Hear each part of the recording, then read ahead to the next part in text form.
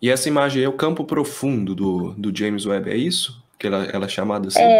É, ela o campo profundo até agora, mas vem coisa bem mais pesada por Mais aí. detalhado. É, Legal.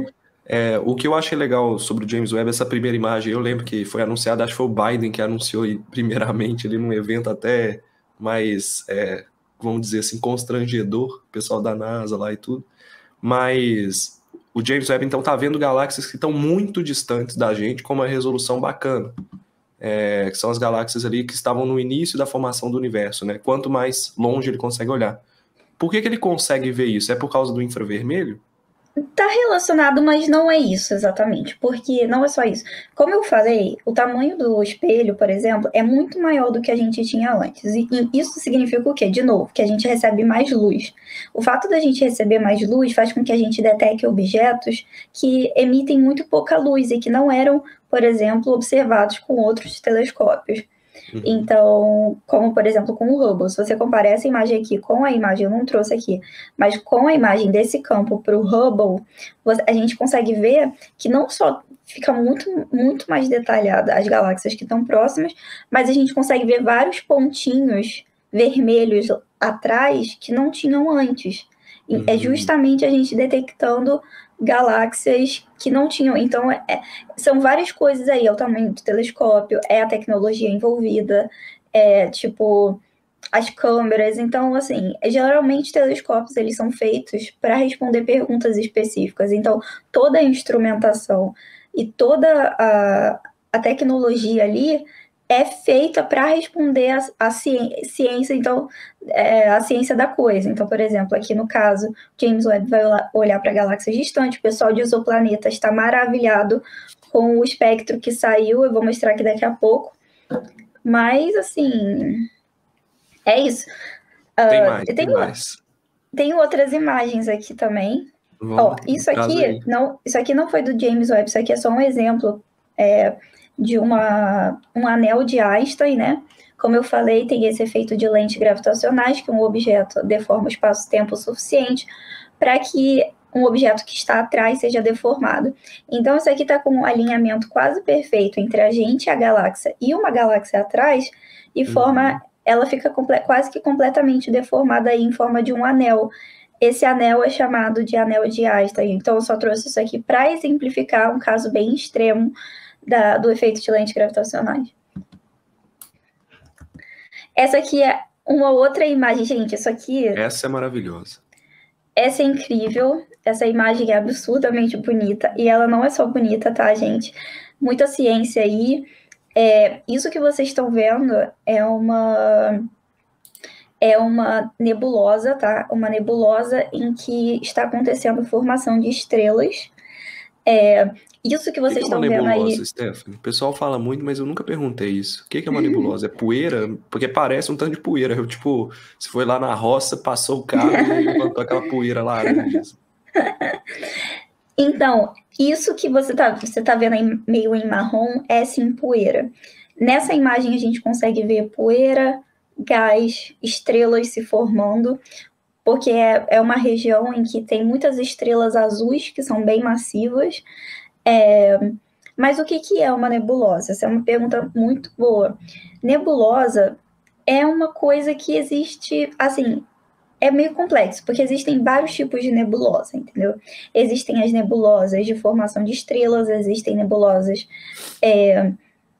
que têm mais poeira, existem nebulosas que são feitas pelo fim da vida de estrelas como o Sol. Então, gente, por exemplo, mas aí aqui no caso, nesse caso das estrelas, é uma nebulosa planetária, que tem uma outra imagem aqui que eu vou falar sobre ela daqui a pouco. Então, existem vários tipos de nebulosa. Mas Esse é matéria termo mesmo, é poeira. Matéria, tipo, igual no caso aí, formação de estrelas é como se fosse a matéria de uma estrela espalhada, de várias estrelas espalhada mesmo, sem estar condensada ali. É isso? é uma mistura nesses locais de nebulosa, geralmente uma mistura de gás, de estrela e de poeira, assim, principalmente.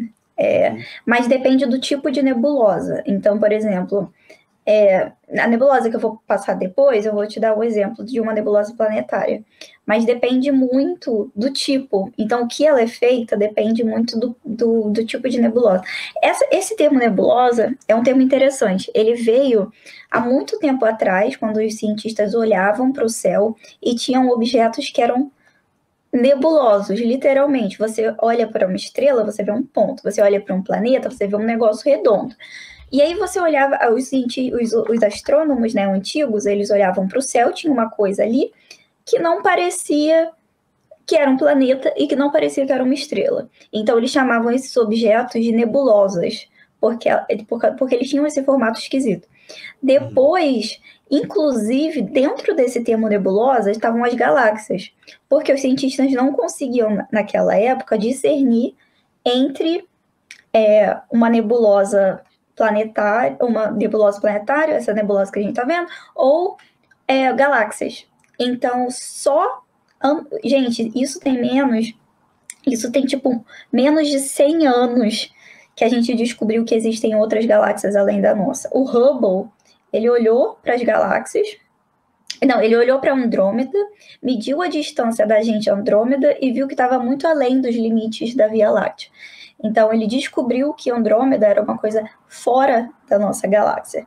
E foi a primeira vez que alguém mediu, e aí se descobriram que parte dessas nebulosas, na verdade, eram sistemas como a nossa própria Via Láctea. E aí que houve essa separação entre galáxias e nebulosas.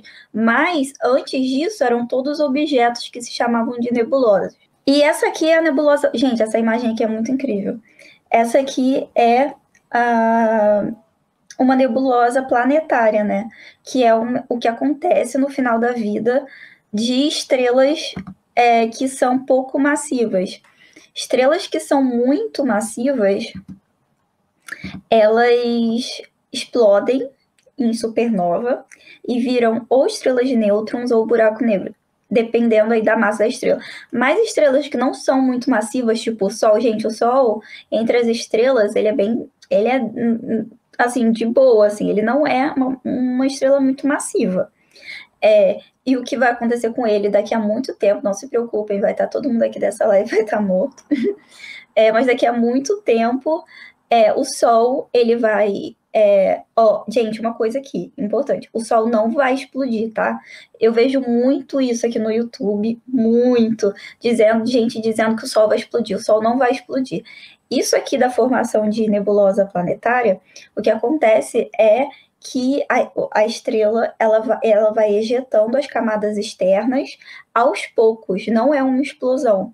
Parece uma explosão quando a gente olha, mas isso aqui é um processo lento, entendeu? Que vai acontecendo aos poucos.